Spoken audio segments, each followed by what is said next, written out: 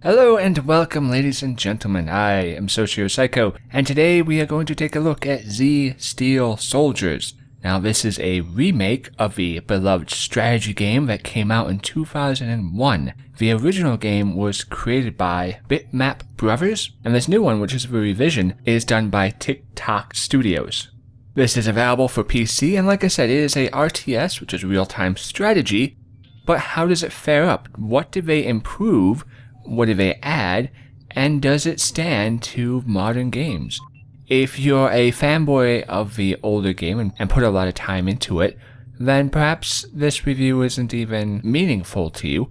But if you're like me, who's come across this game for the first time as the revisional state, then it is definitely something to look at, for they are asking for money. So let us begin by going into our options and seeing what changes have been made as we dive into audio first. Now, all the audio sliders are on separate paths, which is very nice to see. The music in the game is kind of lacking. It doesn't really convey a sense of determination or threat, and it leaves many blank areas throughout the game. The voice acting, though, is done very well and very smoothly. Unfortunately, the one thing that they did change from the previous version is they disconnected the cinematics, or the majority of them, from the campaign. So while you can still get a sense of the story, you're missing out on large parts of video that were there originally but didn't make the cut into this remastered version.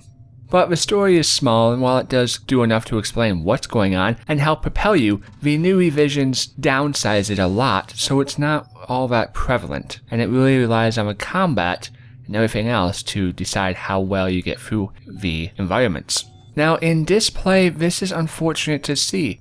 They only have full screen and different screen resolutions, which means they decided to upgrade the graphics, make them HD style, increase the shading and the coloration, but they didn't go any further into actually being able to customize the level of depth of the graphics. And the graphics are actually pretty simple. It's hard to tell either because of the engine that it's been used in, or efficient enough work has been put into remastering this game. Whatever the case may be, it does fail from really looking like something that is more modern. And you say, well, it's a remastered piece. Of course it's not going to be modern. I even mean that in the way the display looks. It's a RTS, so one of the big things to be able to take away from that is UI. UI is very important. So if you don't update the UI to look and feel slick, that is part of the graphical quality. And in the display, not having any options upon how you move, how you interact with your interface. And this goes down even to the most barren of objects. As you can clearly see here, there is no rebindable key option. So not only do you have the disadvantage of not knowing what keys will do what, or where you're limited in what they have programmed to allow to be happening with your shortcuts, you cannot make your own key bindings or movements, which will allow you to get through an RTS faster, which is very important. Majority of RTS is about balance of the units and control and sleekness of the interface. Then you got like resource balancing. So what do we have here? Language, hints, credits, not anything of help. So it's not looking good for them so far. Now, what they did add into the game from the original is leaderboards. And I really don't see why. It feels like a cop-out, like they said, hey, we aren't going to do or put the effort in or be able to put the time in, whatever the case was, but instead we're going to throw a leaderboard in there so people can replay for a time score upon how they beat the mission. And on the maps, we put a 3 golden star ranking so you can play again to try to improve how you feel towards the game. Well, that doesn't really matter to me. I mean, where's this scrimmage mode? Where's a random map generator? Where is custom battle maps, which allow me to play against the AI should I desire to? But there is none of that, so you're left with continuously fighting against the computer on the half-butchered campaign scenario that they lay out for you. So let us go into the game and show you what exactly you can expect should you get this. So first thing we're going to do is we're going to pop up into the options menu real fast in the game, and you can see the summary of what you have, restart, save, and audio options. that's it. Like we said, there aren't any graphical options, so you can't expect to find any in this summary area as well. So that's unfortunate. So how does it work? What is the point? Well, the point is to get your troops to conquer the map. I mean, that's what an RTS is. Different stories build on that, but the whole point of an RTS is to simply move your troops and conquer the enemies. So how do you do this? Well, you need to build ground troops in order to fight against the enemy, and you usually control resource nodes. Now, different games have this in a different fashion. Some resource nodes are based off of minerals, such as mining, where you need to mine a pile of crystals, or maybe control a resource actual mine that will run out eventually. The whole point, in fact, that the resource nodes run out is for balance. In case you're up against a really strong opponent and all you're able to do via skill or whatever the case is try to wait their resources out, that is an option. It is a fail-safe in the game to prevent the game from running on too long and forces you into situations where you have to expand, and it adds a level of depth into the game. So what does this one have? Well, it has resource nodes, but the resource nodes are directly connected onto the environment. For, as you can see on the map here, we have all these different borderlines, and all these different borderlines equal little areas of control.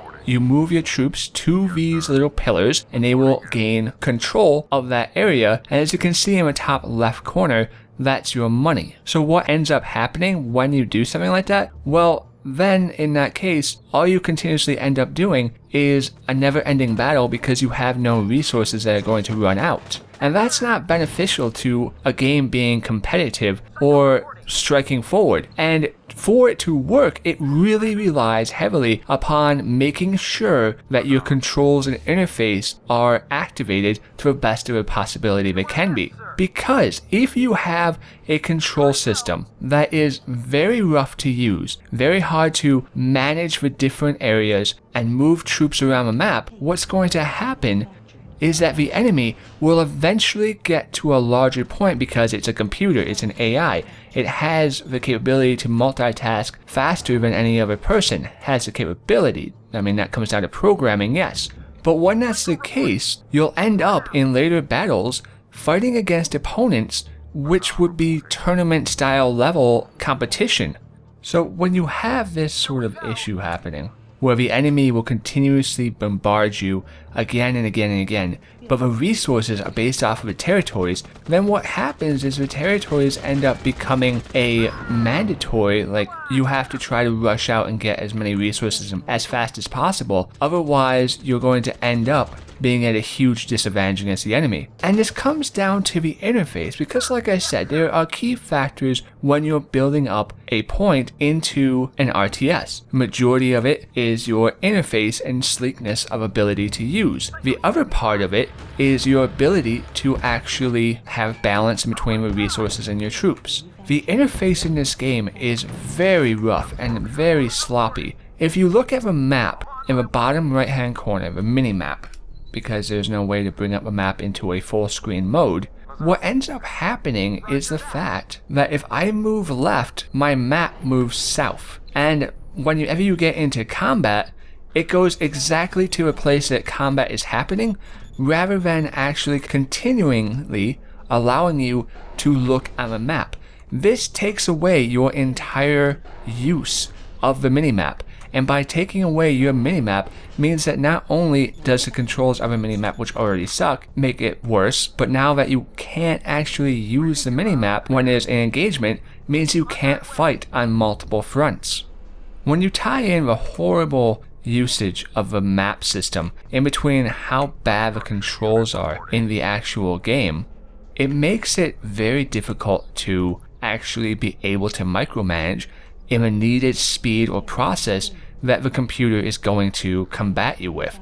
And why I say that and what I mean. So we look down here and we have two machine shops which pump out infantry units. So we got robots here that are being made. Now not only do you first have to click on this building, then click on the side to upbring it instead of having a toolbar at the bottom of the screen so I can still move around the map. See, I'm moving around the map, but then I bring that up, I can't move around the map. So I have to basically exit my control panel of leading combat in order to produce more troops. But it doesn't just go and stop there. Now, we built 2 infantry structures, and we are able to actually combine both of these into one key binding. And we're in combat, which fucking worthless. Which also brings up another point about combat, which is there is no attack pathing.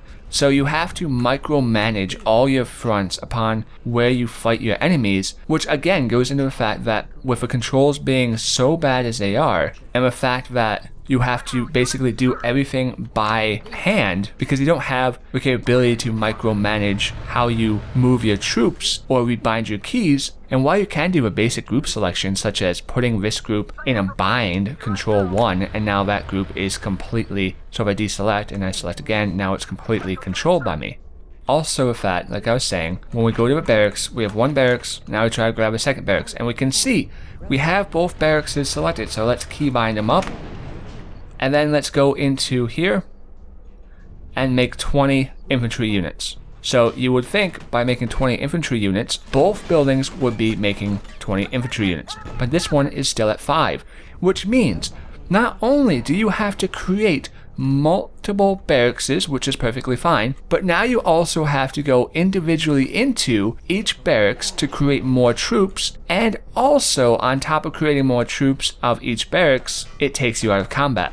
It's one giant continuational inconvenience in between the complete disorientation that you have when comparing on the map, in between how it is to move your troops. There is a lot of confusion, a lot of annoyance, and the higher up the mission goes and the harder it gets, the stronger the enemy is going to get because they are easier to micromanage their tactics, where it leaves you at a huge disadvantage. So when we look at the game graphically as well, it's pretty simple. I mean, it's not anything that's really imposing, but it's not fun. The graphical quality of the game is very simplistic, and the way you control your troops is mulled down to a point of literally having to do every single thing by yourself. Controlling the different resource points by building a bunker and putting men into a bunker or building a defense structure is not the issue.